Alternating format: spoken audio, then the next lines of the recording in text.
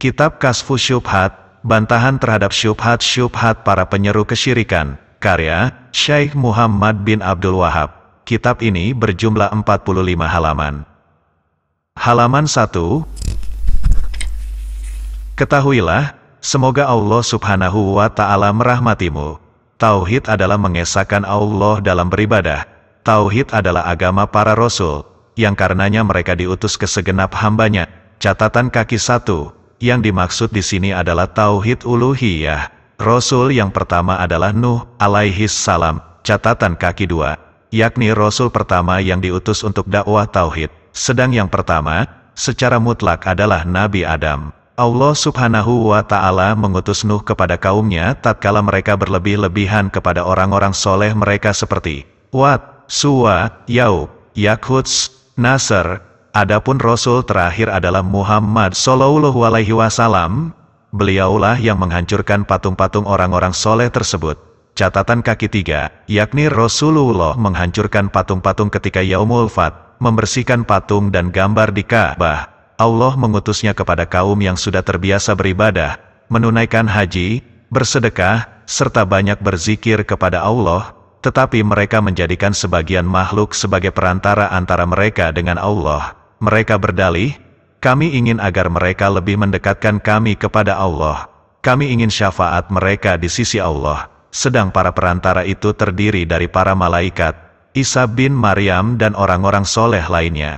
Maka Allah mengutus kepada mereka Muhammad Shallallahu Alaihi Wasallam agar memperbaharui agama bapa mereka, Ibrahim alaihis salam, serta menghabarkan bahwa takarub dan keyakinan itu hanya hak Allah Subhanahu wa Ta'ala semata. Keduanya tidak patut diberikan kepada yang lain, meskipun sedikit, baik kepada malaikat, nabi yang diutus, apalagi kepada selain mereka. Jika tidak, maka sesungguhnya orang-orang musyrik pun mengakui dan bersaksi bahwasanya Allah Subhanahu wa Ta'ala adalah Maha Pencipta dan Maha Pemberi rizki, tiada sekutu baginya. Halaman 2. Tidak ada yang menghidupkan dan mematikan kecuali Dia, dan tidak ada yang mengurusi segala perkara kecuali Dia Subhanahu wa Ta'ala. Mereka, musyrikin, juga mengakui dan bersaksi bahwa seluruh langit yang 7 berikut isinya dan segenap bumi berikut isinya adalah hamba-hambanya serta berada di bawah aturan dan kekuasaannya. Jika Anda menginginkan dalil bahwa orang-orang musyrik yang diperangi Rasulullah itu bersaksi demikian, maka bacalah firman Allah Subhanahu wa Ta'ala, yang artinya, katakanlah, siapa yang memberi rizki kepadamu dari langit dan bumi? Atau siapa yang kuasa menciptakan pendengaran dan penglihatan? Dan siapa yang mengeluarkan yang mati dari yang hidup? Dan siapa yang mengatur segala urusan? Maka mereka akan menjawab, Allah. Maka katakanlah, mengapa kamu tidak bertakwa kepadanya? Quran Surat Yunus, ayat 31. Dan firman Allah, yang artinya, katakanlah, kepunyaan siapa bumi ini dan semua yang ada padanya? Jika kamu mengetahui, mereka menjawab, kepunyaan Allah. Katakanlah, maka apakah kamu tidak ingat? Katakanlah, siapa yang mempunyai langit yang 7 dan yang mempunyai arsy yang besar? Mereka menjawab, kepunyaan Allah. Katakanlah, mengapa kamu tidak bertakwa? Katakanlah, siapa yang di tangannya berada kekuasaan atas segala sesuatu sedang Dia melindungi, tetapi tidak ada yang dapat dilindungi dari azabnya. Jika kamu mengetahui, mereka akan menjawab, kepunyaan Allah. Katakanlah, kalau demikian, maka dari jalan mana kamu ditipu? Quran Surat Al-Mu'minun, ayat 84-89, halaman 3. Dan masih banyak lagi ayat-ayat yang lain. Walaupun orang-orang musyrik mengakui hal tersebut, tauhid rububiyah, tetapi tidak menjadikan mereka sebagai ahli tauhid, yang tauhid uluhiyah. Inilah yang merupakan tujuan dakwah Rasulullah Shallallahu Alaihi Wasallam kepada mereka, dan tauhid yang mereka ingkari itu adalah tauhid ibadah, disebut juga uluhiyah, yang oleh orang-orang musyrik pada zaman kita mereka namakan sebagai al-i'tiqad, seperti mereka berdoa kepada Allah Subhanahu wa Ta'ala sepanjang siang dan malam. Kemudian di antara mereka ada yang berdoa kepada para malaikat karena kesalehan dan kedekatannya dengan Allah Subhanahu wa Ta'ala sehingga bisa memberi syafaat kepada mereka, atau ada juga yang berdoa kepada orang-orang soleh, Lata misalnya, atau nabi seperti Nabi Isa, dan Anda tahu bahwasanya Rasulullah memerangi mereka karena jenis kemusyrikan ini dan menyeru agar mengikhlaskan ibadah hanya untuk Allah Subhanahu wa Ta'ala semata. Sebagaimana firman Allah Subhanahu wa Ta'ala, yang artinya, dan sesungguhnya masjid-masjid itu adalah kepunyaan Allah, maka janganlah kamu menyembah seorang pun di dalamnya, di samping menyembah Allah. Quran Surat Al-Jin, ayat 18, halaman 4. Firman Allah, yang artinya, hanya bagi Allah lah hak mengabulkan doa yang benar, dan berhala-berhala yang mereka sembah selain Allah tidak dapat memperkenankan sesuatu pun bagi mereka. Quran Surat Ar-Ra'd, ayat 14, dan terbukti bahwa Rasulullah memerangi mereka, agar berdoa itu disampaikan hanya kepada Allah Subhanahu wa Ta'ala semata, agar setiap penyembelihan hanya karena Allah, setiap nazar karena Allah, istighosah, minta pertolongan, hanya kepada Allah, dan semua bentuk peribadahan ditujukan hanya kepada Allah semata. Anda tahu bahwa pengakuan mereka terhadap Tauhid Rububiyah saja tidak dapat memasukkan mereka kepada Islam, dan bahwa tujuan doa mereka kepada para malaikat, nabi atau para wali agar mendapatkan syafaat dan takarrub, kedekatan, kepada Allah. Akan tetapi hal itu justru membuat halal darah dan harta mereka, kufur. Jika Anda telah mengetahui semua itu, maka Anda telah mengetahui tauhid yang diserukan oleh para rasul, dan tauhid yang diingkari oleh orang-orang musyrik. Tauhid yang dimaksud itulah makna dari kalimat La ilaha illallah. Adapun pengertian ilah bagi orang-orang musyrik itu, yang dimana mereka meminta berbagai hal, baik berupa malaikat, nabi, wali, pohon, kuburan, atau jin. Mereka tidak memaksudkan ilah di sini sebagai yang menciptakan, memberi rizki dan yang mengatur, sebab mereka mengetahui bahwa hal itu hanya hak Allah Subhanahu wa Ta'ala semata, sebagaimana yang telah saya kemukakan di muka. Tetapi yang mereka maksud dengan ilah, adalah sebagaimana yang dimaksud oleh orang-orang musyrik di zaman kita dengan lafaz Sayyid. Lalu Nabi Muhammad mendatangi mereka untuk mengajak mereka kepada kalimat tauhid, yaitu, La ilaha illallah, tidak ada sesembahan yang hak kecuali Allah Subhanahu wa Ta'ala. Dan yang dimaksudkan dengan kalimat ini adalah makna hakikinya, bukan sekedar lafaznya. Halaman 5. Orang-orang kafir yang bodoh pun mengerti, yang dimaksud Rasulullah dengan kalimat itu adalah mengesahkan Allah Subhanahu wa Ta'ala dengan selalu bergantung kepadanya, serta mengingkari dan berlepas diri dari segala sesuatu yang disembah selain Allah Subhanahu wa Ta'ala. Maka ketika Rasulullah Shallallahu Alaihi Wasallam memerintahkan, ucapkanlah, La ilaha illallah, tidak ada sesembahan yang hak kecuali Allah Subhanahu wa Ta'ala. Orang musyrik malah menjawab, mengapa ia menjadikan sesembahan-sesembahan itu sesembahan yang satu saja? Sesungguhnya ini benar-benar suatu hal yang mengherankan. Quran Surat Sad, ayat 5. Jika Anda telah mengetahui bahwa orang-orang kafir yang bodoh pun memahami hal itu, maka sangat mengherankan jika ada orang yang mengaku muslim, tetapi tidak mengetahui tafsir dari kalimat La ilaha illallah yang diketahui oleh orang-orang kafir yang bodoh itu. Bahkan dia mengira bahwa kalimat La ilaha illallah cukup diucapkan saja huruf-hurufnya saja tanpa meyakini sesuatu pun dari maknanya. Sedangkan orang intelektual dari mereka mengira bahwa makna La ilaha illallah yaitu tidak ada yang menciptakan, memberi rizki dan mengatur segala urusan kecuali Allah Subhanahu wa Ta'ala. Karena itu, tidak ada kebaikan sama sekali, pengetahuan, seseorang yang orang-orang kafir lebih mengetahui daripadanya tentang makna La ilaha illallah. Jika Anda memahami apa yang saya uraikan dengan pemahaman yang sesungguhnya, dan Anda juga mengetahui jenis syirik yang dinyatakan Allah Subhanahu wa Ta'ala dalam firman-Nya, yang artinya, sesungguhnya Allah tidak akan mengampuni dosa syirik, dan Dia mengampuni segala dosa selain syirik, itu bagi siapa yang dikehendakinya. Quran Surat An-Nisa, ayat 48. Halaman 6.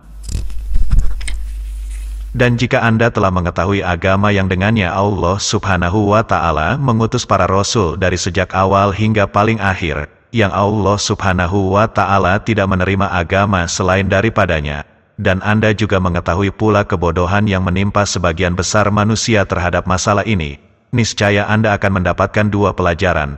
1. Merasa senang dengan karunia Allah Subhanahu wa Ta'ala dan rahmat Allah Subhanahu wa Ta'ala. sebagaimana firman-Nya, yang artinya, katakanlah, dengan karunia Allah dan rahmat-Nya, hendaklah dengan itu mereka bergembira. Karunia Allah dan rahmat-Nya itu adalah lebih baik dari apa yang mereka kumpulkan.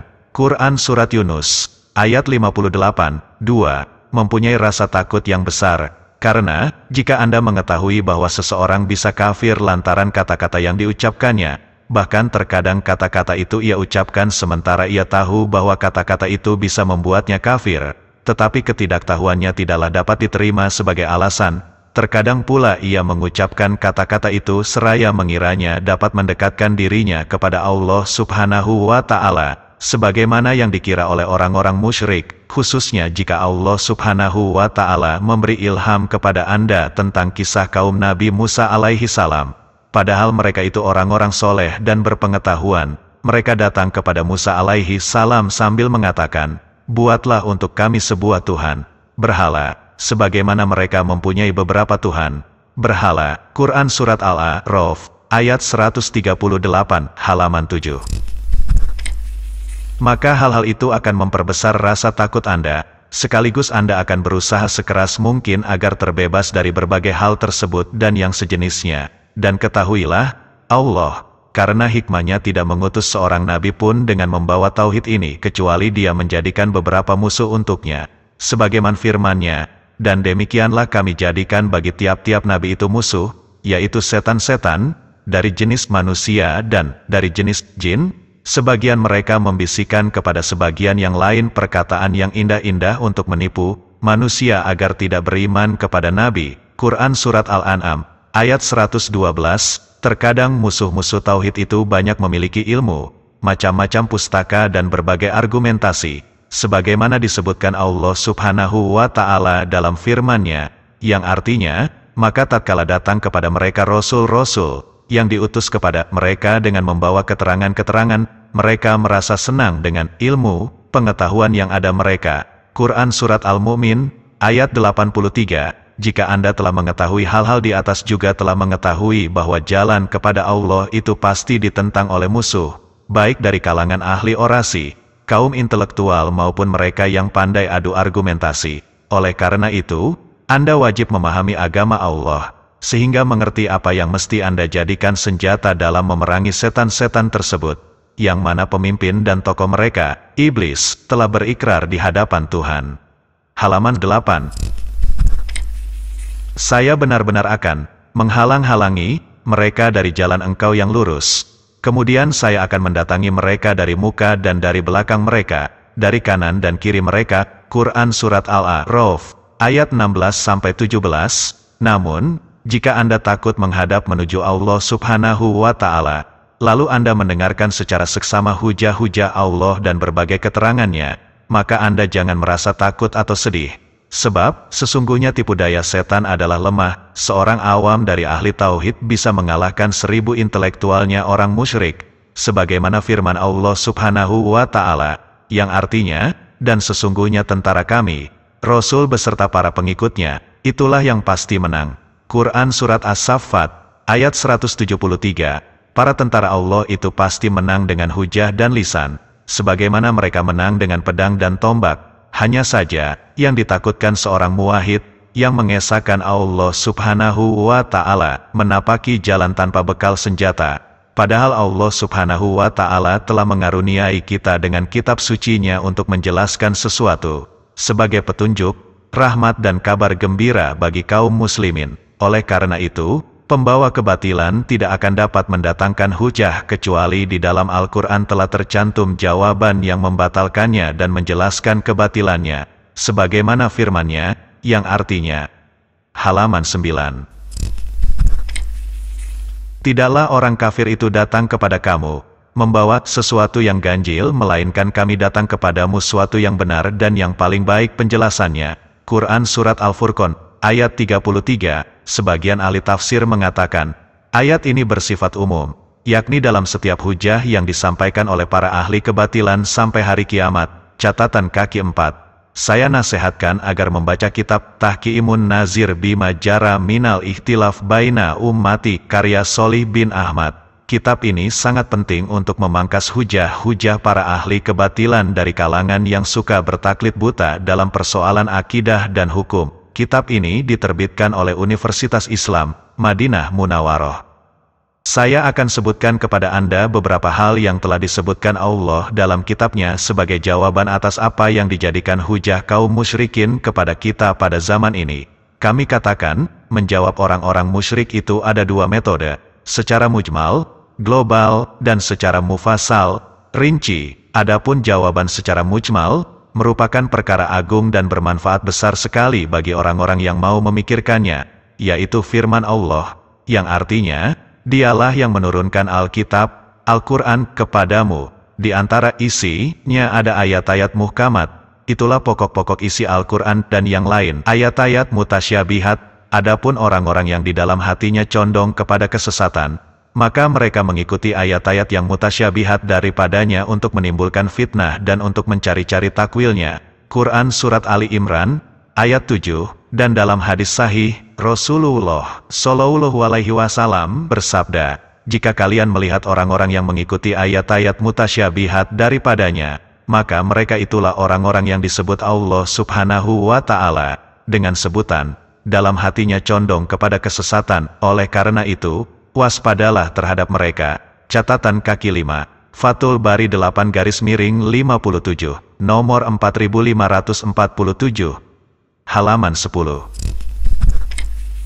Sebagai contoh, apabila ada orang musyrik mengingatkan, Allah Subhanahu wa Ta'ala berfirman, ingatlah, sesungguhnya wali-wali Allah itu, tidak ada kekhawatiran kepada mereka dan tidak pula mereka bersedih hati.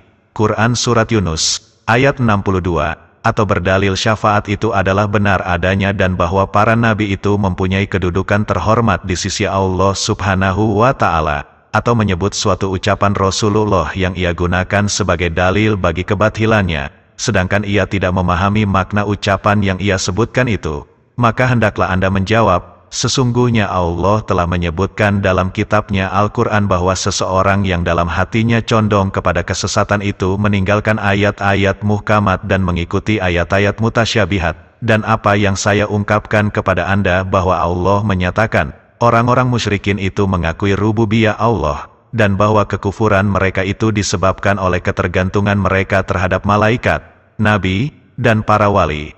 Dengan ucapan mereka itu adalah pemberi syafaat kepada kami di sisi Allah.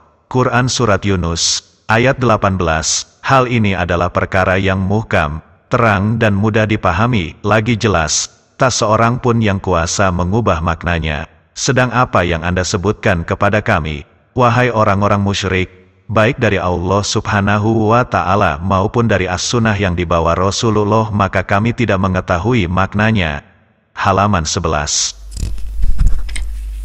Tetapi kami bisa memastikan bahwa firman-firman Allah Subhanahu wa Ta'ala itu tidak akan saling bertentangan, dan sabda Rasulullah Shallallahu Alaihi Wasallam tidak ada yang bertentangan dengan firman Allah Subhanahu wa Ta'ala. Ini adalah jawaban yang baik dan benar. Catatan kaki 6, sebab para ahli kebenaran memahami Allah dan as-sunnah berdasarkan pahaman para salaf yang terdiri dari para sahabat dan para tabi'in, karena itulah pemahaman mereka dengan izin Allah tidak sesat. Tetapi hal itu tidak akan dipahami kecuali oleh orang-orang yang diberi taufik oleh Allah Subhanahu wa Ta'ala. Maka Anda jangan meremehkannya, karena Allah Subhanahu wa Ta'ala berfirman, dan sifat-sifat yang baik itu tidak dianugerahkan kepada orang-orang yang sabar dan tidak dianugerahkan kecuali kepada orang-orang yang mempunyai keberuntungan besar. Quran Surat Fussilat, ayat 35, adapun jawaban mufassal, rinci, yaitu bahwasanya musuh-musuh Allah tidak memiliki banyak cara untuk menolak agama para rasul yang dengannya mereka menghalang-halangi manusia dari agama. Di antaranya mereka mengatakan, kami tidak menyekutukan Allah. Bahkan kami bersaksi tidak ada yang menciptakan, memberi rizki dan memberi manfaat atau madorat kecuali Allah Subhanahu wa Ta'ala semata, tidak ada sekutu baginya, dan bahwasanya Nabi Muhammad tidak bisa memberikan manfaat atau menimpakan bahaya.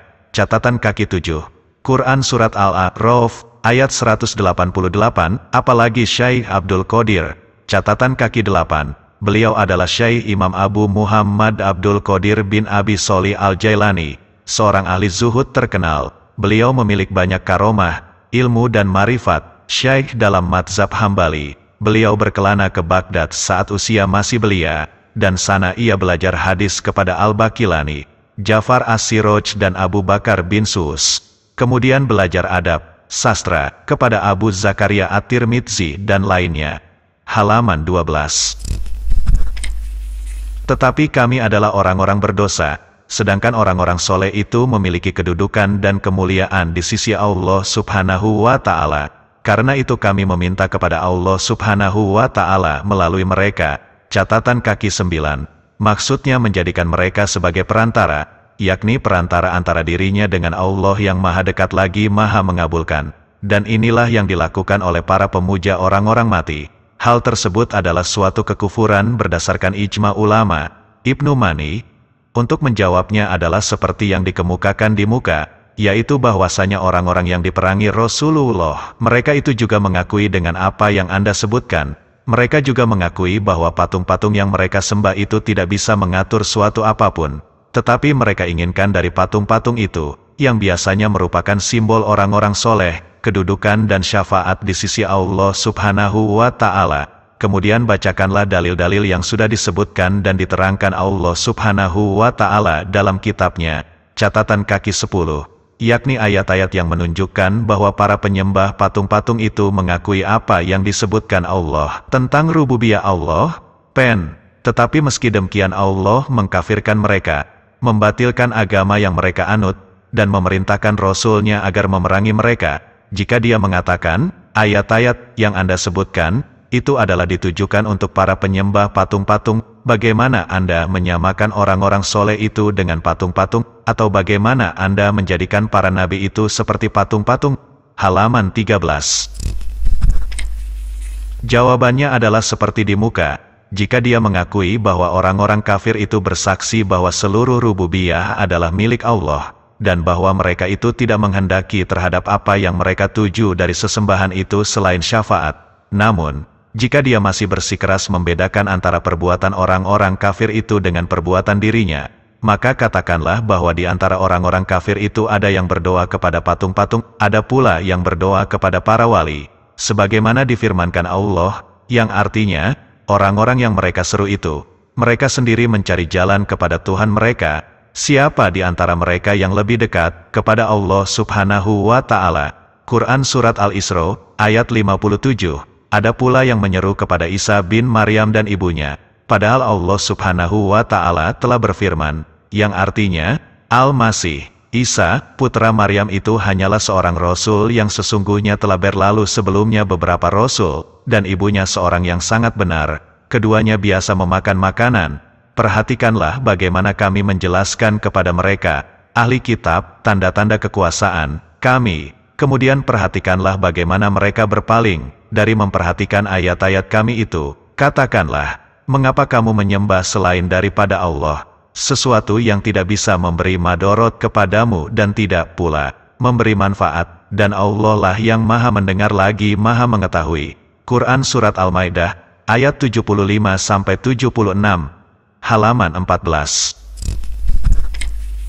Kemudian disebutkan pula firman Allah Subhanahu wa Ta'ala, yang artinya, dan ingatlah hari yang di waktu itu Allah mengumpulkan mereka semuanya. Kemudian Allah berfirman kepada malaikat, apakah mereka ini dahulu menyembah kamu? Malaikat-malaikat itu menjawab, Maha suci engkau, engkaulah pelindung kami, bukan mereka. Bahkan mereka telah menyembah jin, kebanyakan mereka beriman kepada jin itu. Quran Surat Saba, ayat 40-41, firman Allah yang artinya, dan ingatlah ketika Allah berfirman, Hai Isa, putra Maryam, adakah kamu mengatakan kepada manusia, jadikanlah aku dan ibuku dua orang Tuhan selain Allah? Isa menjawab, Maha suci engkau, tidaklah patut bagiku mengatakan apa yang bukan hakku, mengatakannya, jika aku pernah mengatakannya tentulah engkau telah mengetahuinya. Engkau mengetahui apa yang ada pada diriku dan aku tidak mengetahui apa yang ada pada diri engkau.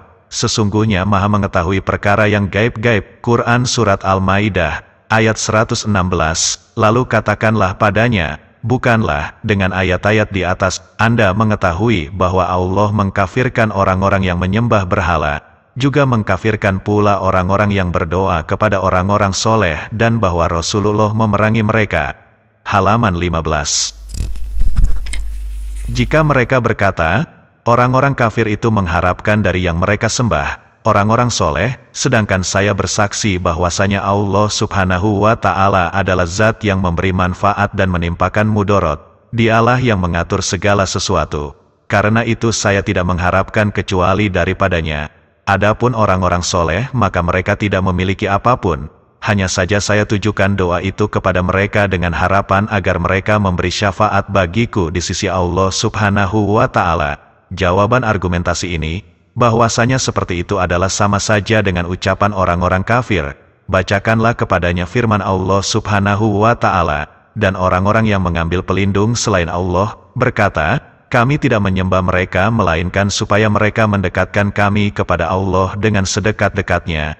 Quran Surat Az-Zumar, ayat 3, dan firman Allah Subhanahu wa Ta'ala, mereka itu adalah pemberi syafaat kepada kami di sisi Allah Subhanahu wa Ta'ala. Quran Surat Yunus, ayat 18, ketahuilah, ketiga syubhat tersebut adalah syubhat yang paling besar yang ada pada mereka. Catatan kaki 11, pertama, ucapan mereka, kami tidak menyekutukan Allah dengan sesuatu pun. Kedua, ucapan mereka bahwa ayat-ayat tersebut diturunkan dan ditujukan untuk orang-orang yang menyembah berhala. Ketiga, orang-orang kafir mengharapkan dari mereka, tidak sekedar sebagai pemberi syafaat. Ibnu Mani, jika Anda mengetahui bahwa Allah Subhanahu wa Ta'ala telah menjelaskan semuanya itu di dalam Al-Quran dan Anda telah memahaminya dengan baik, maka berbagai syubhat selain itu adalah lebih mudah dan lebih ringan. Halaman 16. Kalaupun dia berkata, saya tidak pernah menyembah kecuali Allah Subhanahu wa Ta'ala, demikian pula berlindung dan berdoa kepada mereka bukanlah ibadah, maka katakanlah, Anda mengakui bahwa Allah Subhanahu wa Ta'ala mewajibkan kepadamu pemurnian ibadah hanya untuknya, dan itu merupakan haknya atasmu. Jika dia tidak mengetahui hakikat ibadah dan macam-macamnya, maka jelaslah dengan mengutip firman Allah Subhanahu wa Ta'ala, yang artinya, berdoalah kepada Tuhanmu dengan berendah diri dan suara yang lembut. Sesungguhnya, dia tidak menyukai orang-orang yang melampaui batas. Quran Surat Al-A'raf, ayat 55, jika ayat-ayat di atas telah Anda beritahukan kepadanya, maka katakanlah, bukankah Anda mengerti bahwa berdoa merupakan ibadah kepada Allah Subhanahu wa Ta'ala? Ia tentu akan menjawab, ya, dan doa adalah inti ibadah. Catatan kaki 12, dari Nu'man bin Bashir radhiyallahu anhu, dengan lafaz, doa itu adalah ibadah, dikeluarkan oleh Tirmidzi, nomor 9-311, At-Tuhfah, bab nomor 2370. Lalu katakanlah, jika Anda mengakui bahwa berdoa adalah ibadah, sehingga Anda pun berdoa kepada Allah Subhanahu wa Ta'ala sepanjang siang dan malam dengan penuh harap dan cemas. Tetapi pada keperluan, permohonan, yang sama Anda juga berdoa kepada Nabi atau selainnya. Bukankah dengan begitu Anda telah menyekutukan Allah Subhanahu wa Ta'ala dengan selainnya dalam beribadah kepadanya? Ia mesti mengatakan, ya. Lalu katakanlah, jika Anda mengamalkan firman Allah Subhanahu wa Ta'ala. Halaman 17. Maka dirikanlah solat karena Tuhanmu dan sembelihlah kurban. Quran Surat Al-Kautsar, ayat 2, sehingga Anda mentaati Allah Subhanahu wa Ta'ala dan berkurban untuknya. Bukankah ini ibadah? Ia pasti menjawab, ya. Maka katakanlah jika Anda berkurban untuk makhluk, nabi, jin atau lainnya, bukankah dengan demikian Anda telah menyekutukan Allah Subhanahu wa Ta'ala dalam beribadah kepadanya? Ia pasti mengakui dan menjawab, ya. Lalu katakanlah pula, orang-orang musyrik yang Al-Quran turun berbicara tentang mereka, apakah mereka menyembah malaikat, orang-orang soleh, Lata dan selainnya? Ia mesti menjawab, ya. Lantas katakanlah, bukanlah ibadah orang-orang musyrik kepada mereka itu kecuali dalam bentuk doa, permohonan, kurban, penyembelihan, dan berlindung kepada mereka serta yang sejenisnya. Jika tidak, maka orang-orang musyrik itu mengakui bahwa Allah Subhanahu wa Ta'ala lah yang mengatur segala urusan. Namun, doa dan perlindungan mereka kepada para malaikat, jin, orang-orang soleh dan sejenisnya itu hanyalah karena mereka yang diminta itu memiliki kedudukan dan syafaat. Ini jelas sekali. Jika dia berkata, apakah engkau mengingkari syafaat Rasulullah Shallallahu Alaihi Wasallam dan berlepas diri daripadanya? Maka jawablah, tidak, saya tidak mengingkarinya, juga saya tidak berlepas diri daripadanya. Bahkan saya meyakini, beliau adalah Asy-Syafi yang memberi syafaat, dan Al-Musyaffa yang diperkenankan syafaatnya, dan saya sangat mengharapkan syafaat beliau, tetapi syafaat itu semuanya kepunyaan Allah Subhanahu wa Ta'ala semata. Halaman 18. Sebagaimana firman Allah Subhanahu wa Ta'ala, yang artinya, katakanlah, hanya kepunyaan Allah syafaat itu semuanya. Quran Surat Az-Zumar, ayat 44. Siapakah yang dapat memberi syafaat di sisi Allah tanpa seizinnya? Quran Surat Al-Baqarah, ayat 255. Juga beliau tidak dapat memberi syafaat kepada seorang pun kecuali Allah Subhanahu wa Ta'ala telah mengizinkan untuk memberi syafaat kepada orang itu. Allah Subhanahu wa Ta'ala berfirman, yang artinya, dan mereka tidak dapat memberi syafaat melainkan kepada orang yang diridhoi Allah. Quran Surat Al-Anbiya, ayat 28. Sedangkan Allah Subhanahu wa Ta'ala sendiri hanya ridho kepada tauhid. Seperti yang difirmankannya, siapa mencari agama selain agama Islam maka sekali-kali tidaklah akan diterima agama itu daripadanya. Quran Surat Ali Imran, ayat 85. Jadi, jika syafaat itu semuanya milik Allah Subhanahu wa Ta'ala dan tidak akan diberikan kecuali setelah mendapatkan izinnya, dan bahwa Rasulullah Shallallahu Alaihi Wasallam serta orang lain tidak akan memberi syafaat kepada seseorang kecuali setelah Allah mengizinkan kepadanya, serta bahwa Allah tidak memberi izin kecuali bagi ahli tauhid, jelaslah bagi Anda bahwa syafaat itu semuanya adalah milik Allah Subhanahu wa Ta'ala. Maka saya pun memohon darinya dengan berdoa. Halaman 19. Ya Allah, janganlah engkau haramkan atasku syafaatnya. Muhammad, ya Allah perkenankanlah syafaatnya bagi diriku, dan doa-doa yang sejenis. Jika dia berkata, Rasulullah diberi hak syafaat, dan saya memohon kepada beliau apa yang telah diberikan Allah kepadanya, maka jawablah, Allah Subhanahu wa Ta'ala memberi syafaat dan Allah Subhanahu wa Ta'ala melarangmu memohon langsung kepada Rasulullah dengan firman-Nya, yang artinya, dan sesungguhnya masjid-masjid itu kepunyaan Allah, maka janganlah kamu berdoa kepada seorang pun di samping berdoa kepada Allah. Quran Surat Al-Jin, ayat 18. Jika Anda berdoa kepada Allah agar memperkenankan syafaat Nabi untuk Anda, maka taatilah firman Allah Subhanahu wa Ta'ala. Dan sesungguhnya masjid-masjid itu kepunyaan Allah, maka janganlah kamu berdoa kepada seorang pun di samping berdoa kepada Allah. Quran Surat Al-Jin, ayat 18. Hak syafaat itu juga diberikan kepada selain Nabi Muhammad, maka benar bahwa para malaikat akan memberi syafaat. Al-Afrod, anak-anak kecil, akan memberi syafaat. Catatan kaki 14. Al-Afrod maksudnya adalah anak-anak kecil. Diriwayatkan dari Anas radhiyallahu anhu, ia berkata, Rasulullah bersabda, tidaklah seorang muslim dari golongan manusia yang kematian 3 anaknya yang belum sampai balik, kecuali Allah memasukkannya ke dalam surga karena rahmatnya kepada mereka. Riwayat Al-Bukhari, 3/142 nomor 1248. Fathul Bari, juga para wali akan memberi syafaat. Catatan kaki 15, berdasarkan hadis Abu Sa'id Al-Khudri radhiyallahu anhu yang diriwayatkan secara marfu, Nabi bersabda, Allah Ta'ala berfirman, para malaikat telah memberikan syafaat, juga para nabi dan orang-orang mukmin telah memberi syafaat, tiada lagi setelah itu kecuali Tuhan yang Maha Pengasih. Maka dia menggenggam satu genggaman dari neraka, lalu dia keluarkan darinya suatu kaum yang belum pernah berbuat suatu kebaikan apapun. Hadis riwayat Muslim, 115-116, Ahmad, 3/94. Lihatlah Al-Aqidah At-Thahawiyah, Takrij Syekh Al-Albani, halaman 120-260. Halaman 20.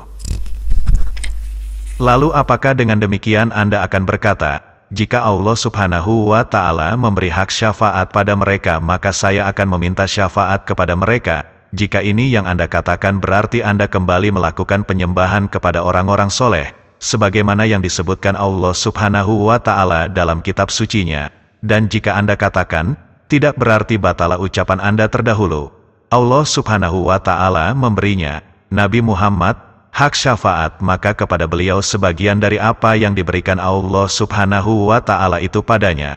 Jika dia berkata, saya sama sekali tidak menyekutukan Allah Subhanahu wa Ta'ala dengan sesuatu, sekali-kali tidak, namun berlindung kepada orang-orang soleh bukanlah termasuk syirik, maka jawablah, jika Anda mengakui bahwa Allah Subhanahu wa Ta'ala mengharamkan syirik melebihi pengharaman zina dan Anda pun mengakui bahwa Allah Subhanahu wa Ta'ala tidak akan mengampuninya, maka soal apakah yang diharamkan Allah Subhanahu wa Ta'ala itu serta yang disebut-sebut tidak akan diampuninya, pasti dia tidak akan tahu. Maka katakanlah, bagaimana Anda akan membersihkan diri Anda dari syirik sementara Anda sendiri tidak mengetahui apa itu syirik? Bagaimana Allah Subhanahu wa Ta'ala akan mengharamkan sesuatu kepada Anda dan Dia menyebutkan bahwa sesuatu itu tidak akan diampuninya, lalu Anda tidak mau menanyakan dan tidak mau tahu tentangnya? Apakah Anda mengira bahwa Allah Subhanahu wa Ta'ala mengharamkan sesuatu dan tidak menjelaskannya kepada kita? Halaman 21. Jika dia mengatakan, syirik adalah penyembahan kepada berhala, sedang kami tidak menyembah berhala itu, maka jawablah, apa makna menyembah berhala? Catatan kaki 16, makna menyembah berhala yaitu mengambil berhala-berhala sebagai wasitoh, perantara, yakni penyembahan berhala itu berusaha mendekatkan diri kepadanya dengan sesuatu yang dianggapnya dapat mendekatkan diri kepada Allah, seperti dengan melakukan penyembelihan kurban untuk berhala-berhala itu, bernazar dan berdoa kepadanya, sebagaimana yang dilakukan oleh orang-orang musyrik yang menyembah orang-orang mati. Ibnu Mani, apakah Anda mengira mereka mempercayai bahwa kayu-kayu dan batu itu yang menciptakan, memberi rizki dan yang mengatur segala urusan orang-orang yang memujanya? Hal itu sungguh didustakan Al-Quran itu sendiri. Catatan kaki 17. Sebagaimana ditegaskan dalam firman Allah Ta'ala, katakanlah, siapakah yang memberi rizki kepadamu dari langit dan bumi? Atau siapakah yang kuasa menciptakan pendengaran dan penglihatan? Dan siapakah yang mengeluarkan yang hidup dari yang mati dan mengeluarkan yang mati dari yang hidup? Dan siapakah yang mengatur segala urusan? Maka mereka menjawab, Allah. Quran Surat Yunus, ayat 31.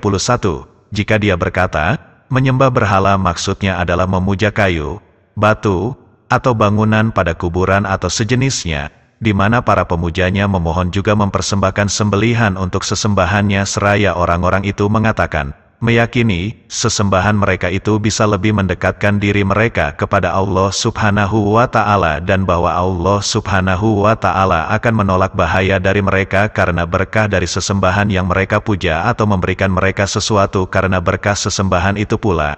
Maka katakanlah, Anda benar, dan itulah perbuatan Anda terhadap batu-batu bangunan-bangunan yang di atas kuburan atau lainnya. Ia juga mengakui bahwa perbuatan mereka sebagai penyembahan terhadap berhala-berhala, dan itulah yang dimaksud. Juga hendaknya dikatakan kepadanya, ucapan Anda bahwa syirik adalah menyembah berhala. Apakah yang dimaksud itu berarti bahwa syirik hanya khusus pada masalah tersebut, dan bahwa bergantung kepada orang-orang soleh serta meminta kepada mereka tidak masuk di dalamnya? Halaman 22. Jika demikian, berarti ia menolak apa yang disebutkan Allah Subhanahu wa Ta'ala dalam kitab sucinya, tentang kekafiran orang-orang yang bergantung kepada malaikat, Isa atau kepada orang-orang soleh. Orang itu mesti mengakui di hadapan Anda bahwa siapa yang menyekutukan dalam ibadah kepada Allah dengan seseorang dari kalangan orang-orang soleh, maka hal ini termasuk syirik yang disebutkan dalam Al-Quran, dan itulah yang dimaksud. Rahasia persoalan ini adalah jika dia mengatakan, saya tidak melakukan syirik kepada Allah, maka tanyakan padanya, apa sebenarnya syirik kepada Allah? Tolong jelaskan. Jika dia menjawab, syirik yaitu penyembahan berhala, maka tanyakanlah, apa makna penyembahan berhala itu? Jelaskan. Jika dia menjawab, saya tidak menyembah kecuali hanya kepada Allah semata, maka tanyakanlah, apa makna menyembah kepada Allah semata? Jelaskan kepadaku. Jika dia menjelaskan sebagaimana yang dijelaskan Al-Quran, maka itulah yang dimaksud. Tetapi jika dia tidak mengetahuinya, maka bagaimana mungkin ia mengakui sesuatu sementara ia tidak mengetahuinya? Dan jika dia menjelaskan tidak sesuai dengan maknanya, maka Anda harus menjelaskan padanya ayat-ayat yang menerangkan tentang makna syirik kepada Allah dan makna penyembahan berhala. dan tegaskan hal yang sama itulah yang dilakukan oleh orang-orang pada zaman sekarang ini.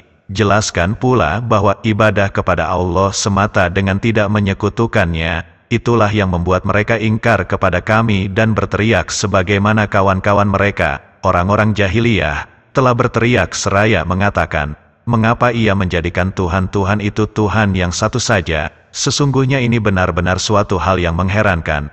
Quran Surat Shad, ayat 5, halaman 23.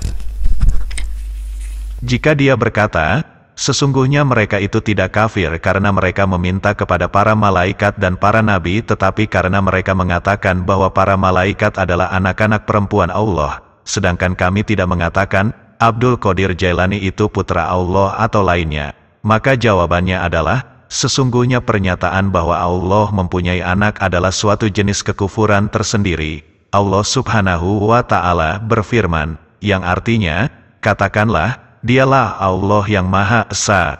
Allah adalah Tuhan yang bergantung kepadanya segala sesuatu. Quran Surat Al-Ikhlas, ayat 1-2. Al-Ahad, Esa, artinya yang tidak ada yang semisalnya, sedangkan As-Somad, tempat bergantung, maksudnya yang dituju untuk memenuhi berbagai kebutuhan. Catatan kaki 18, disebutkan Imam Ibnu Katsir dalam tafsirnya dari Ibnu Abbas, 4/609, lihat tafsirnya dalam Fathul Bari, 8/612, bab firman Allah, Allahus Somad.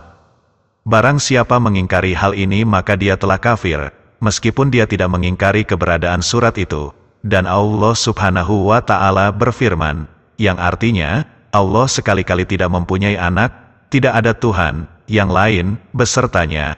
Quran Surat Al-Mu'minun, ayat 91. Karena itu, antara keduanya terdapat perbedaan jelas, sehingga Allah menjadikan masing-masing sebagai suatu kekufuran yang berdiri sendiri.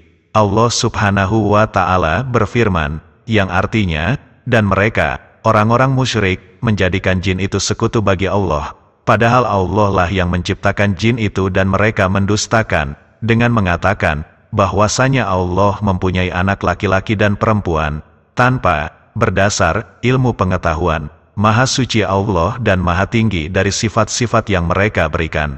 Quran Surat Al-An'am, ayat 100, halaman 24. Karenanya, dua jenis kekufuran itu amatlah berbeda. Dalil lain dari masalah ini adalah bahwa orang-orang yang kafir karena memuja Latta, padahal ia adalah seorang yang soleh, mereka tidak menjadikannya sebagai putra Allah. Demikian juga dengan orang-orang yang kafir karena menyembah jin itu sebagai putra Allah. Semua ulama dari 4 mazhab menyebutkan dalam bab hukum orang murtad, bahwa seorang muslim yang mengira Allah memiliki anak maka dia telah murtad, dan mereka membedakan antara dua jenis kekufuran tersebut. Ini sungguh jelas sekali. Jika dia membawakan ayat, ingatlah, sesungguhnya wali-wali Allah itu, tidak ada kekhawatiran terhadap mereka dan tidak pula mereka bersedih hati. Quran Surat Yunus, ayat 62, maka katakanlah, inilah yang benar, tetapi mereka itu tidak disembah. Padahal kami tidak menyebutkan kecuali bahwa Allah dan mereka menjadikan para wali itu sebagai sekutu Allah. Sementara wajib bagi Anda mencintai, mengikuti dan mengakui karomah mereka. Dan sungguh tidak ada orang yang mengingkari karomah para wali kecuali ahli bid'ah dan orang-orang sesat. Agama Allah adalah pertengahan antara dua ujung. Petunjuk antara dua kesesatan serta kebenaran antara dua kebatilan. Jika Anda sudah mengetahui bahwa hal yang dinamakan oleh orang-orang musyrik pada zaman kami ini dengan sebutan al-i'tiqad merupakan syirik yang dimaksud dalam Al-Quran dan karenanya Rasulullah memerangi manusia, maka ketahuilah bahwa bentuk syirik orang-orang terdahulu itu lebih ringan dari bentuk syirik orang-orang zaman kami ini. Dan itu karena dua hal. Halaman 25. Pertama, orang-orang terdahulu tidak serta tidak memohon kepada para malaikat, wali dan patung-patung di samping menyembah dan memohon Allah kecuali dalam keadaan senang. Adapun dalam keadaan kesulitan maka mereka hanya memurnikan permohonan kepada Allah semata, seperti ditegaskan dalam firman-Nya, yang artinya, dan bila kamu ditimpa bahaya di lautan, niscaya hilanglah siapa yang kamu seru kecuali Dia, maka tatkala Dia menyelamatkan kamu ke daratan kamu berpaling. Dan manusia adalah selalu tidak berterima kasih. Quran Surat Al-Isra, ayat 67. Katakanlah, terangkanlah kepadaku jika datang siksaan Allah kepadamu atau datang kepadamu hari kiamat. Apakah kamu menyeru Tuhan selain Allah? Jika kamu orang-orang yang benar, tidak, tetapi hanya Dialah yang kamu seru, maka Dia menghilangkan bahaya yang karenanya kamu berdoa kepadanya, jika Dia menghendaki, dan kamu tinggalkan sembahan-sembahan yang kamu sekutukan dengan Allah. Quran Surat Al-An'am, ayat 40-41. Halaman 26.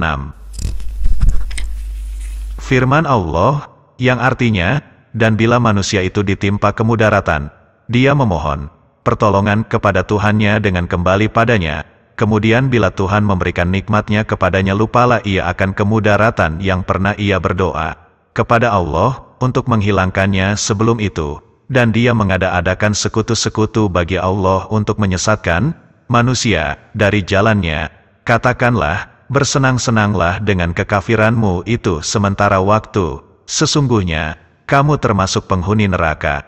Quran Surat Az-Zumar, ayat 8. Firman Allah, yang artinya, dan bila mereka dilamun ombak yang besar seperti gunung, mereka menyeru Allah dengan memurnikan ketaatan kepadanya dalam menjalankan agama.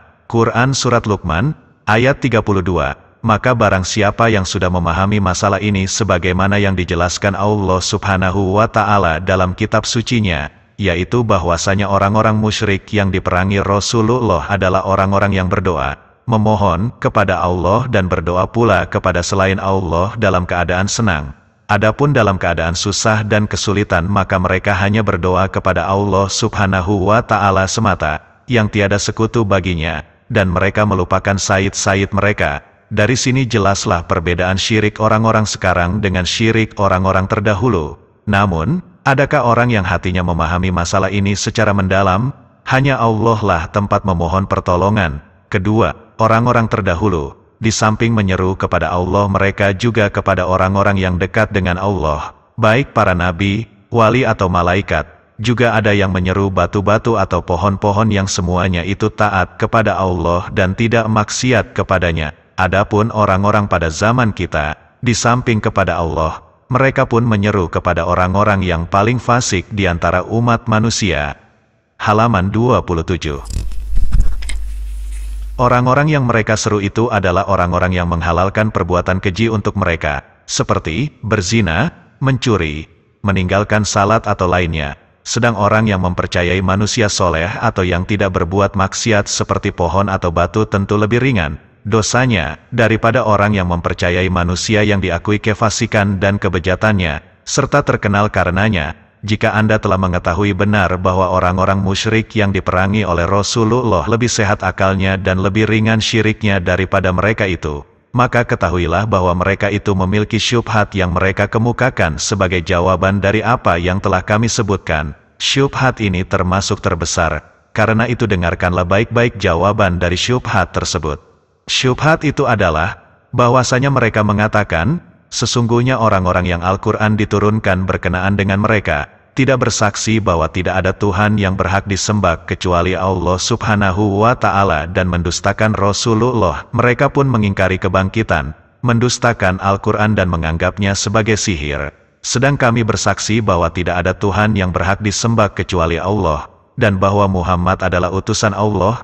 Kami mempercayai Al-Quran, mengimani hari kebangkitan, kami juga salat dan puasa.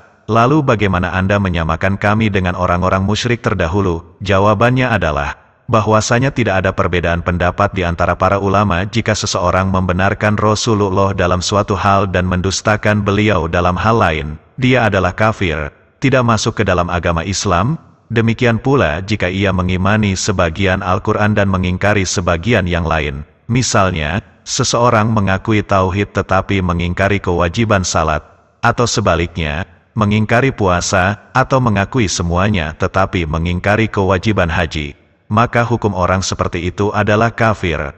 Halaman 28.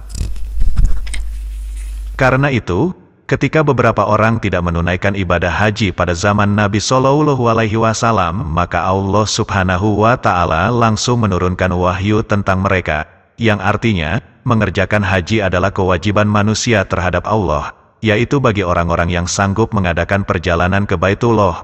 barang siapa yang mengingkari kewajiban haji, maka sesungguhnya Allah Maha Kaya, tidak memerlukan sesuatu dari semesta alam.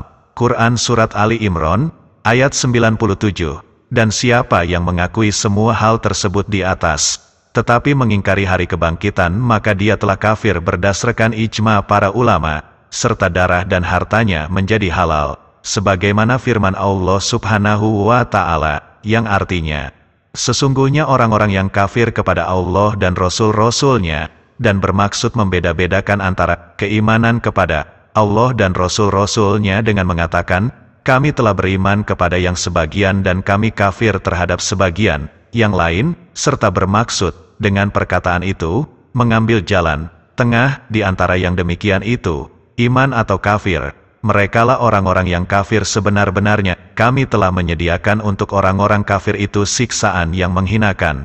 Quran Surat An-Nisa, ayat 150-151. Jika Allah telah menegaskan dalam kitabnya bahwa siapa yang mengimani sebagian dan mengingkari sebagian yang lain, maka dia adalah orang kafir yang sebenarnya. Dengan demikian, syubhat ini pun menjadi sirna. Halaman 29.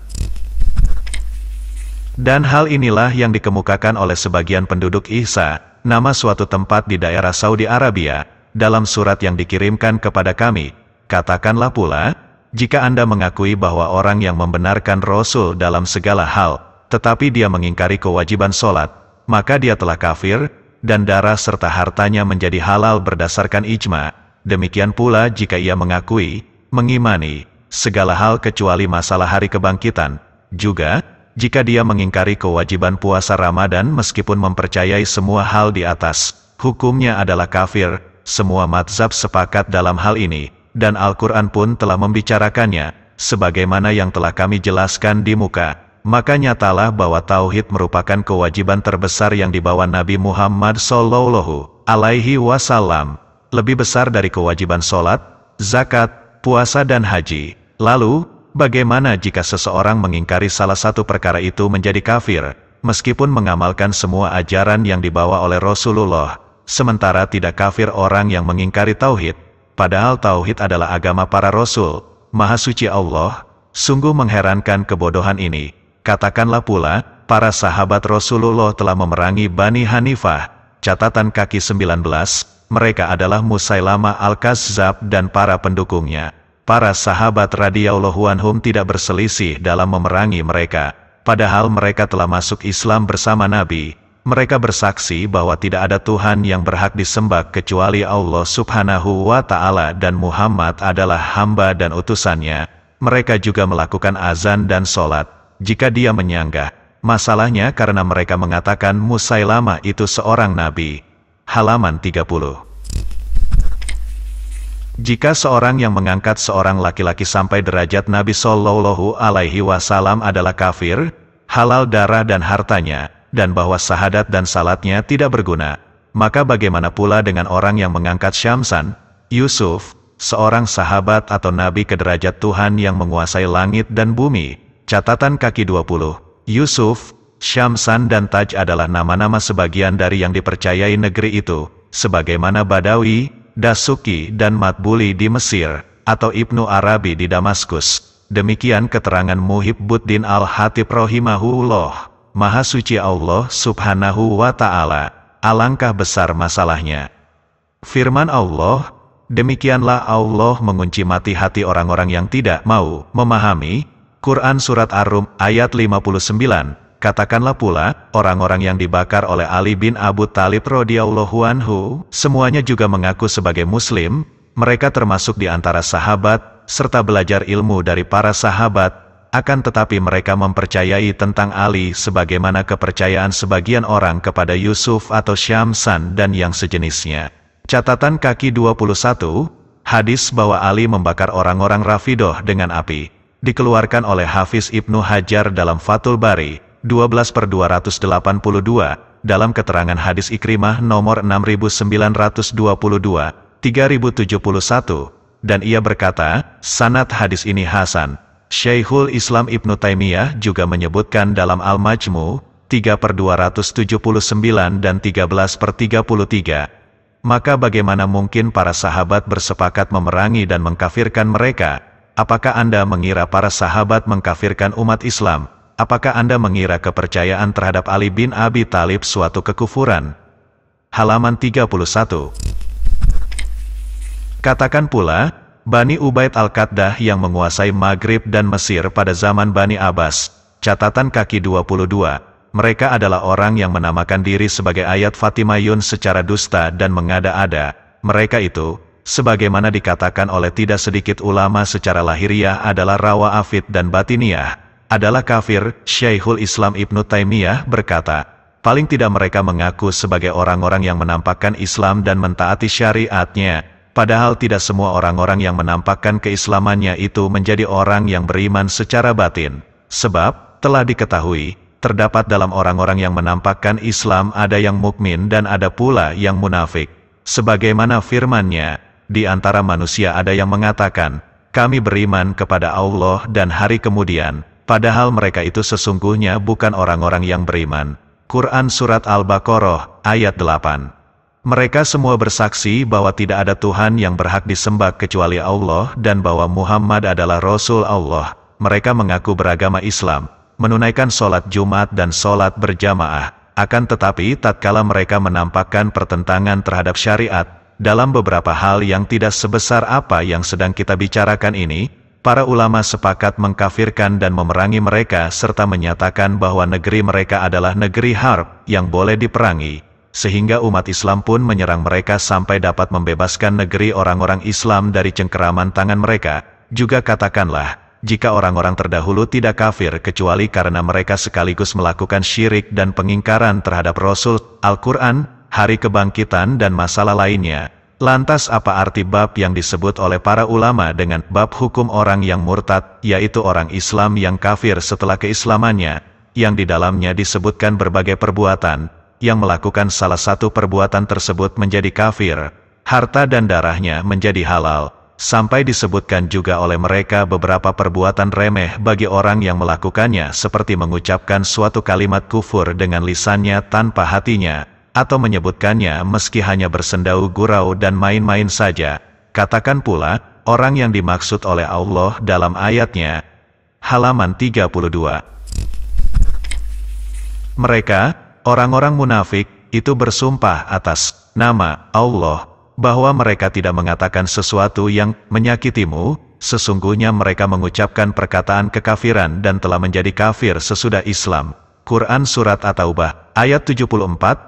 Tidakkah engkau mendengar bahwa Allah mengkafirkan mereka hanya karena ucapan mereka, padahal mereka hidup di zaman Rasulullah, berjuang bersama beliau, membayar zakat, dan melaksanakan haji. Demikian juga dengan orang-orang yang disebutkan Allah dalam firman-Nya, yang artinya, katakanlah, apakah dengan Allah, ayat-ayatnya dan Rasul-Nya kamu selalu berolok-olok, tidak usah kamu minta maaf karena kamu kafir sesudah beriman. Quran Surat At-Taubah, ayat 65-66. Allah dengan jelas mengkafirkan mereka setelah keimanan mereka, karena ketika mereka bersama Rasulullah dalam peperangan Tabuk, mengucapkan suatu kalimat kufur yang mereka ucapkan dengan main-main. Catatan kaki 23. Hadis ini dikeluarkan oleh At-Tabari dengan sanad yang sahih, seperti dikatakan Syekh Mahmud Syakir, nomor 1692, 14/333, dengan lafaz dari Abdullah bin Umar. Ia berkata, ada seorang lelaki dalam perang Tabuk di sebuah majlis mengatakan, belum pernah kita melihat orang seperti para pembaca Al-Quran ini. Maksudnya Nabi dan para sahabatnya, mereka itu lebih buncit perutnya, lebih dusta ucapannya dan lebih takut ketika berperang. Salah seorang yang ada di majlis itu berkata, pembohong, sungguh kamu adalah seorang munafik. Akan saya laporkan hal ini kepada Rasulullah. Hal itu pun terdengar oleh Rasulullah, hingga turunlah ayat Al-Quran. Abdullah bin Umar berkata, saya melihatnya berpegangan pada tali pelana unta Rasulullah, seraya berkata, wahai Rasulullah, sesungguhnya kami hanya bersendau gurau dan main-main saja.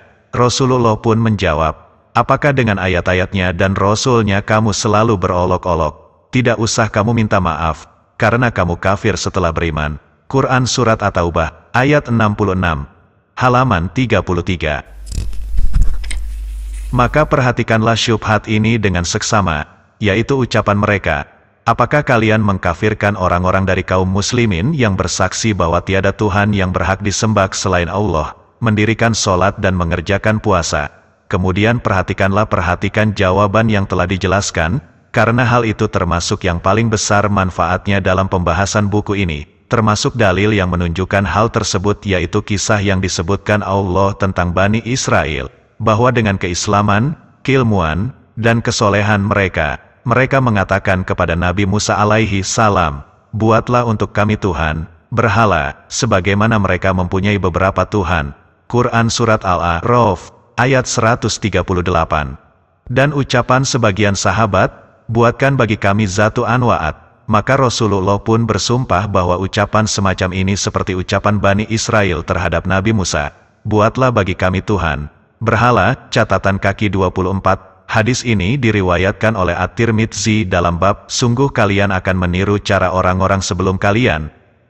Meski demikian, orang-orang musyrik masih saja menghembuskan syubhat lain dengan mengatakan mengenai kisah ini bahwa Bani Israel tidak menjadi kafir.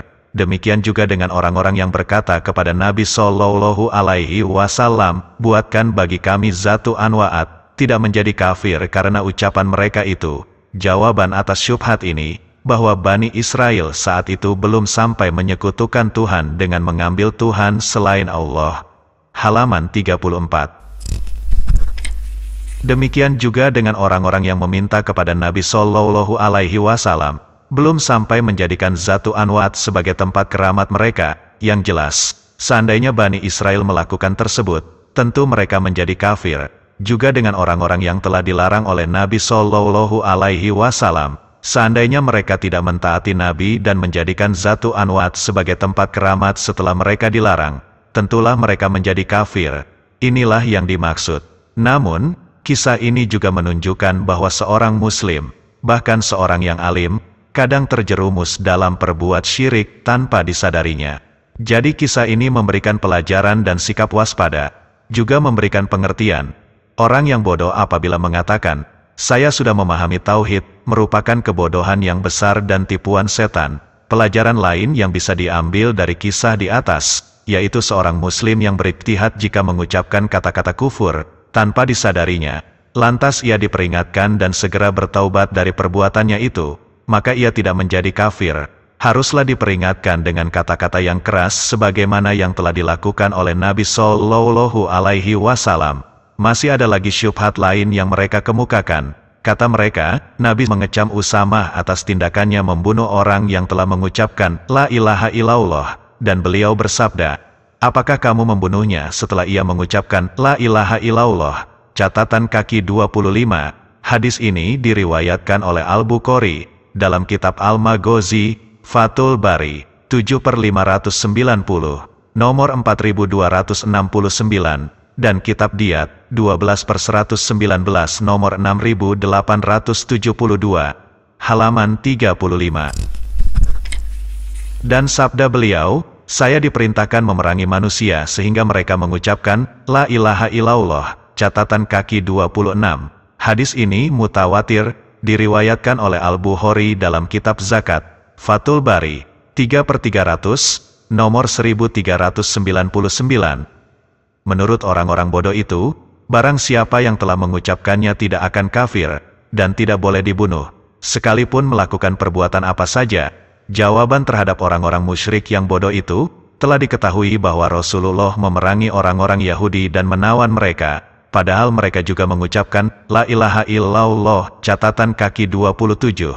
Hadis tentang perang terhadap orang-orang Yahudi di Bani Quraizah dan penawanan para wanita serta anak-anak mereka, diriwayatkan oleh Bukhari dalam kitab Al-Maghazi, Fathul Bari, 7/475, nomor 4122, halaman 36. Sahabat Nabi Shallallahu Alaihi Wasallam juga memerangi Bani Hanifah padahal mereka bersaksi, La ilaha illallah, Muhammad Rasulullah, mengerjakan sholat dan mengaku beragama Islam. Demikian pula dengan orang-orang yang dibakar Ali bin Abi Thalib. Mereka yang bodoh ini mengakui bahwa orang yang mengingkari hari kebangkitan adalah kafir dan dibunuh, walaupun telah mengucapkan La ilaha illallah, dan orang yang mengingkari salah satu dari hukum Islam juga kafir dan dibunuh. meski telah mengucapkan kalimat tersebut. Lalu bagaimana kalimat ini tidak berguna bagi orang yang mengingkari salah satu cabang dari ajaran Islam, tetapi berguna bagi orang yang mengingkari tauhid yang merupakan dasar dan sendi agama para rasul? Sungguh para musuh Allah ini tidak mengerti makna hadis-hadis tadi. Adapun hadis Usamah, sesungguhnya ia membunuh orang yang mengaku Islam karena menurut perkiraannya orang tersebut mengaku Islam hanyalah takut atas jiwa dan hartanya. Padahal jika seseorang menampakkan keislaman, maka wajib dilindungi kecuali jika nyata-nyata ia melakukan tindakan yang bertentangan dengan pengakuannya. Catatan kaki 28, perlu Anda ketahui, semoga Allah melimpahkan kebahagiaan kepada Anda dengan cahaya tauhid dan melindungi Anda dari noda-noda syirik, bahwa wajib menahan diri terhadap orang yang menunjukkan keislamannya, tidak boleh menyebutnya kafir atau yang semisalnya hingga nyata-nyata perbuatannya bertentangan dengan keislamannya dan membatalkannya. Hal-hal yang membatalkan keislaman seseorang mengacu pada 10 kaidah. Setiap kaidah terdiri dari bermacam-macam bentuk dan rincian yang sulit dihitung. Kami sebutkan di sini secara ringkas, yaitu 1. Syirik dalam beribadah kepada Allah. 2. Mengangkat perkara antara dirinya dengan Allah. 3. Tidak mengkafirkan orang-orang musyrik atau ragu atas kekafiran mereka, atau membenarkan pemahaman mereka. 4. Berkeyakinan bahwa petunjuk atau hukum orang lain lebih sempurna atau lebih baik daripada petunjuk atau hukum Nabi Shallallahu Alaihi Wasallam. 5. Membenci ajaran yang dibawa oleh Rasulullah, sekalipun ia mengerjakannya. 6. Menghina suatu ajaran agama, pahala atau siksanya. 7. Berbagai bentuk sihir. 8. Membantu dan mendukung kaum musyrikin dalam melawan kaum muslimin. 9. Berkeyakinan bahwa ada sebagian manusia yang tidak wajib mengikuti syariat Nabi Shallallahu Alaihi Wasallam. 10. Berpaling dari agama Allah, tidak mempelajari dan tidak pula mengamalkannya. Allah Subhanahu wa Ta'ala telah menurunkan ayat tentang hal tersebut. Halaman 37. Hai orang-orang yang beriman, apabila kamu pergi berperang di jalan Allah, maka telitilah. Quran Surat An-Nisa, ayat 94, maksudnya, carilah kepastiannya. Ayat ini menunjukkan bahwa wajib hukumnya menahan diri dan bersikap hati-hati. Jika ternyata setelah itu ia melakukan apa yang bertentangan dengan ajaran Islam, maka boleh dibunuh, berdasarkan firman-Nya. Maka telitilah, jika tidak boleh dibunuh bila telah mengucapkan syahadat, maka tidak ada artinya perintah untuk teliti dalam hal ini. Demikian juga hadis lain yang semisalnya, mempunyai pengertian seperti yang telah kami sebutkan, bahwa orang yang menampakkan keislaman dan tauhid, wajib dilindungi kecuali jika nyata-nyata perbuatannya bertentangan dengan hal itu. Dasarnya, Rasulullah Shallallahu Alaihi Wasallam bersabda, apakah kamu membunuhnya setelah ia mengucapkan La ilaha illallah, dan beliau juga bersabda, aku diperintahkan memerangi manusia hingga mereka mengucapkan La ilaha illallah. Juga sabdanya tentang kaum Khawarij, dimanapun kalian bertemu mereka, maka bunuhlah mereka. Seandainya aku menjumpai mereka, niscaya aku akan membunuh mereka sebagaimana pembunuhan atas kaum Ad.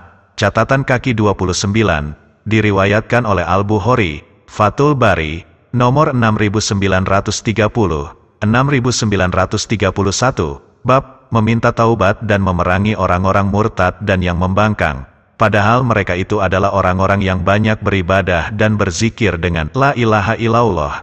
Bahkan para sahabat memandang rendah salatnya di hadapan mereka, padahal mereka itu belajar ilmu dari para sahabat. Halaman 38. Jadi, ucapan La ilaha illallah, ibadah yang banyak dan pengakuan keislaman, sama sekali tidak berguna bagi mereka tatkala tampak dari mereka perbuatan yang bertentangan dengan syariat. Demikian pula apa yang kami sebutkan bahwa Rasulullah memerangi orang-orang Yahudi, dan para sahabat memerangi Bani Hanifah. Rasulullah pun pernah berniat menyerang Bani Al-Mustalik ketika diberitahu mereka menolak membayar zakat, sehingga Allah Subhanahu wa Ta'ala menurunkan firman-Nya, yang artinya, hai orang-orang yang beriman, jika datang kepadamu orang fasik yang membawa suatu berita, maka periksalah dengan teliti agar kamu tidak menimpakan suatu musibah kepada suatu kaum tanpa mengetahui keadaan yang menyebabkan kamu menyesal atas perbuatanmu itu. Quran Surat Al-Hujurat, ayat 6, dan ternyata orang yang membawa kabar itu memang berdusta atas mereka. Catatan kaki 30, Hadis ini disebutkan Al-Haytsami dalam Majma'uz Zawaid 7/109, halaman 39.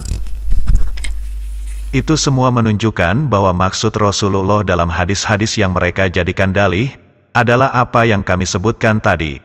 Ada syubhat lain yang mereka kemukakan, yaitu apa yang disebutkan oleh Rasulullah bahwa umat manusia pada hari kiamat meminta pertolongan kepada Nabi Adam, kemudian kepada Nabi Nuh, kemudian kepada Nabi Ibrahim, kemudian kepada Nabi Musa dan kepada Nabi Isa. Para nabi itu semuanya menyatakan tidak bisa menolong, sehingga mereka akhirnya datang kepada Nabi Muhammad. Menurut mereka, hal ini menunjukkan bahwa minta pertolongan kepada selain Allah bukan merupakan perbuatan syirik. Halaman 40. Untuk menjawab syubhat ini, kita katakan, meminta pertolongan kepada makhluk dalam rangka yang mampu dilakukannya, kita tidak mengingkari kebolehannya, seperti yang difirmankan Allah Subhanahu wa Ta'ala dalam kisah Nabi Musa. Maka orang yang dari golongannya meminta pertolongan kepadanya untuk mengalahkan orang yang dari musuhnya. Quran Surat Al-Qasas, ayat 15, seperti halnya seseorang yang meminta pertolongan kepada temannya ketika dalam peperangan dan perkara-perkara lain yang mampu dilakukan oleh makhluk. Namun kita menolak istighosah ibadah, meminta pertolongan secara ibadah, seperti yang mereka lakukan di atas kuburan para wali, atau ketika para wali tidak hadir di hadapan mereka, atas perkara-perkara yang tidak mampu dilakukan kecuali oleh Allah semata. Catatan kaki 31, bahkan dalam perkara yang bisa dilakukan oleh makhluk, kita tidak boleh meminta pertolongan kepada orang yang sudah meninggal atau dalam keadaan gaib, tidak hadir di hadapan kita. Jika hal tersebut telah jelas, maka perlu diketahui bahwa meminta pertolongan pada para nabi pada hari kiamat, maksudnya agar mereka memohon kepada Allah, semoga berkenan menghisap manusia sehingga ahli surga terbebas dari malapetaka yang dahsyat di tempat dikumpulkannya para makhluk pada hari itu. Hal ini boleh hukumnya, baik di dunia maupun di akhirat. Anda boleh mendatangi seorang soleh yang masih hidup, hadir duduk bersama Anda dan mendengar ucapan Anda, lalu meminta kepadanya, doakan kepada Allah Subhanahu wa Ta'ala untukku, sebagaimana para sahabat meminta kepada Rasulullah di masa hidup beliau, sedangkan setelah beliau wafat, sama sekali mereka tidak pernah meminta kepada Nabi di sisi kuburan beliau. Bahkan para salaf mengingkari orang yang berdoa langsung kepada Allah jika dilakukan di sisi kuburan beliau. Halaman 41. Bahkan para salaf mengingkari orang yang berdoa langsung kepada Allah jika dilakukan di sisi kuburan beliau. Lalu, bagaimana dengan permintaan yang ditujukan kepada beliau sendiri? Masih ada lagi syubhat mereka yang lain, yaitu kisah Nabi Ibrahim alaihi salam ketika dimasukkan ke dalam api. Malaikat Jibril menampakkan diri di hadapannya dan berkata, "Apakah engkau perlu sesuatu?" Nabi Ibrahim alaihi salam menjawab, "Saya tidak memerlukan sesuatu darimu." Catatan kaki 32, disebutkan Al-Bagawi dalam tafsir surah Al-Anbiya, dengan menyatakan do'if. Ibnu Taimiyah menyatakan maudhu. Kata mereka, seandainya meminta pertolongan kepada Jibril merupakan perbuatan syirik, tentu Jibril tidak menawarkan kepada Ibrahim. Jawabnya, hal ini sejenis dengan syubhat pertama. Jibril menjawab kepada Nabi Ibrahim bantuan yang mampu ia lakukan, karena ia mempunyai sifat seperti yang disebutkan Allah Subhanahu wa Ta'ala dalam firman-Nya, yang artinya, ucapan itu tiada lain adalah wahyu yang diwahyukan kepadanya, yang diajarkan kepadanya oleh Jibril, yang sangat kuat. Quran Surat Najm, ayat 4-5, halaman 42. Jika Allah mengizinkan kepadanya untuk mengambil api yang membakar Ibrahim atau mengambil tanah dan gunung-gunung sekitarnya kemudian melemparkannya ke arah timur atau barat, niscaya Jibril melakukannya. Dan seandainya Allah memerintahkannya untuk menempatkan Ibrahim di tempat yang jauh dari musuh-musuhnya, niscaya Jibril akan melaksanakannya. Andai kata pula Allah memerintahkan untuk mengangkat Ibrahim ke langit, niscaya ia laksanakan. Ini seperti halnya seorang kaya yang mempunyai banyak harta, melihat seseorang yang membutuhkan, lalu ia menawarkan pinjaman kepadanya atau memberinya sesuatu bantuan untuk menutupi kebutuhannya. Lantas orang yang membutuhkan tersebut menolak bantuan itu, karena ia lebih memiliki bersabar hingga Allah memberinya rizki dengan karunia-Nya semata. Apakah hal ini termasuk istighosah ibadah dan syirik, jika mereka memahami? Catatan kaki 33, mereka yang meminta pertolongan kepada orang yang sudah mati. Semoga Allah menunjuki mereka tidak mengetahui bahwa orang yang sudah mati itu tidak bisa mendengar orang yang meminta pertolongan kepadanya, berdasarkan firman Allah. Artinya, jikalau kamu berdoa kepada mereka, niscaya mereka tidak bisa mendengar doamu. Mari kita tutup pembahasan ini, insya Allah, dengan permasalahan yang besar dan penting sekali, yang dapat dipahami dari yang telah kita bahas terdahulu. Sengaja kita bahas tersendiri karena permasalahan ini amat penting dan banyaknya kesalahan mengenainya. Tidak ada pertentangan bahwa tauhid harus dilakukan dengan hati, lisan dan perbuatan. Jika salah satu dari ketiga hal ini tak terpenuhi, maka seseorang belum bisa dikatakan muslim. Jika mengetahui tauhid tetapi tidak mengamalkannya, maka ia adalah seorang kafir keras kepala, seperti Fir'aun, iblis dan semisalnya. Banyak orang yang salah dalam hal ini. Mereka mengatakan, ini adalah kebenaran, kami memahaminya dan bersaksi bahwa itulah yang benar, namun kami tidak mampu melaksanakannya. Tidak boleh bagi masyarakat negeri kami kecuali yang sesuai dengan mereka, dan alasan-alasan lainnya. Halaman 43.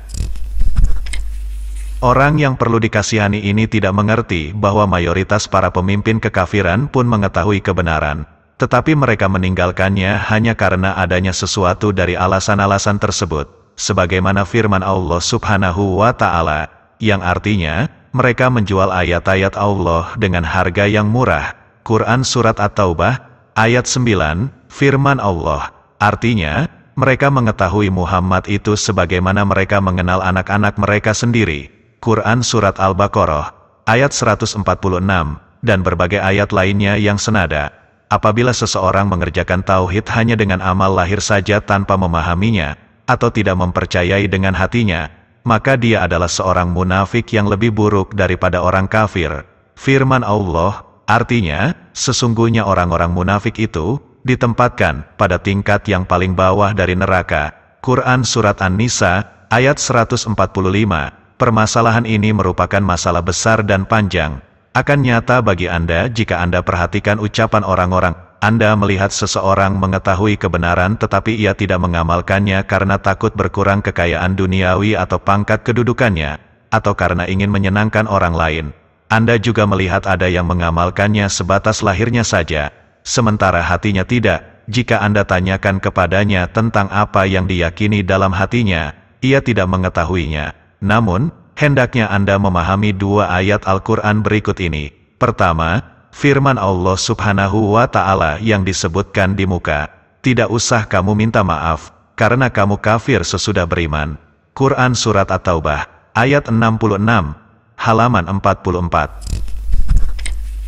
Jika sudah jelas bagi Anda bahwa sebagian sahabat yang ikut berperang melawan Romawi bersama Rasulullah menjadi kafir lantaran kalimat yang mereka ucapkan hanya dengan sendau gurau dan main-main, maka nyatalah bagi Anda bahwa orang yang mengucapkan kekufuran atau melakukannya karena takut berkurang kekayaan duniawi atau pangkat kedudukannya, atau karena ingin menyenangkan orang lain, adalah lebih berat daripada orang yang mengucapkan sesuatu hanya sekedar bermain-main. Kedua, firman Allah Subhanahu wa Ta'ala, yang artinya, barang siapa yang kafir kepada Allah sesudah dia beriman, dia mendapat kemurkaan Allah, kecuali orang yang dipaksa, kafir, padahal hatinya tetap tenang dalam keadaan beriman, dia tidak berdosa. Quran Surat An-Nahl, ayat 106, Allah tidak memaafkan seseorang dari mereka kecuali siapa yang dipaksa kafir sedang hatinya tetap tenang dalam keimanan. Adapun selainnya, maka ia telah kafir sesudah beriman, baik melakukannya karena takut, atau karena ingin menyenangkan seseorang, atau karena ambisi terhadap negeri, keluarga, suku dan harta kekayaannya, atau melakukannya hanya sekedar bermain-main, atau karena tujuan-tujuan lain, terkecuali orang yang dipaksa. Ayat tersebut menunjukkan hal ini dari dua sisi. Pertama, firman Allah Subhanahu wa Ta'ala, yang artinya, kecuali orang yang dipaksa, kafir. Quran Surat An-Nahl, ayat 106. Dalam ayat ini, Allah tidak mengecualikan selain orang yang dipaksa, dan telah dimaklumi bahwa seseorang tidak dapat dipaksa kecuali dalam perbuatan dan ucapan. Adapun keyakinan hati tidak seorang pun yang dapat memaksanya. Halaman 45. Kedua, firman Allah Subhanahu wa Ta'ala, yang artinya, Yang sedemikian itu disebabkan karena sesungguhnya mereka mencintai kehidupan di dunia lebih dari akhirat. Quran Surat An-Nahl, ayat 107, dengan jelas disebutkan di sini bahwa kekufuran dan azab ini bukan disebabkan keyakinan, kebodohan, ketidaktahuan, kebencian terhadap agama, atau kecintaan terhadap kekufuran, akan tetapi disebabkan karena mempunyai suatu kepentingan duniawi, maka dia lebih mengutamakan daripada agama. Hanya Allah yang lebih mengetahui. Segala puji milik Allah Subhanahu wa Ta'ala, Tuhan semesta alam. Semoga solawat dan salam senantiasa dilimpahkan Allah Subhanahu wa Ta'ala kepada Nabi Muhammad, keluarga dan para sahabatnya. Selesai.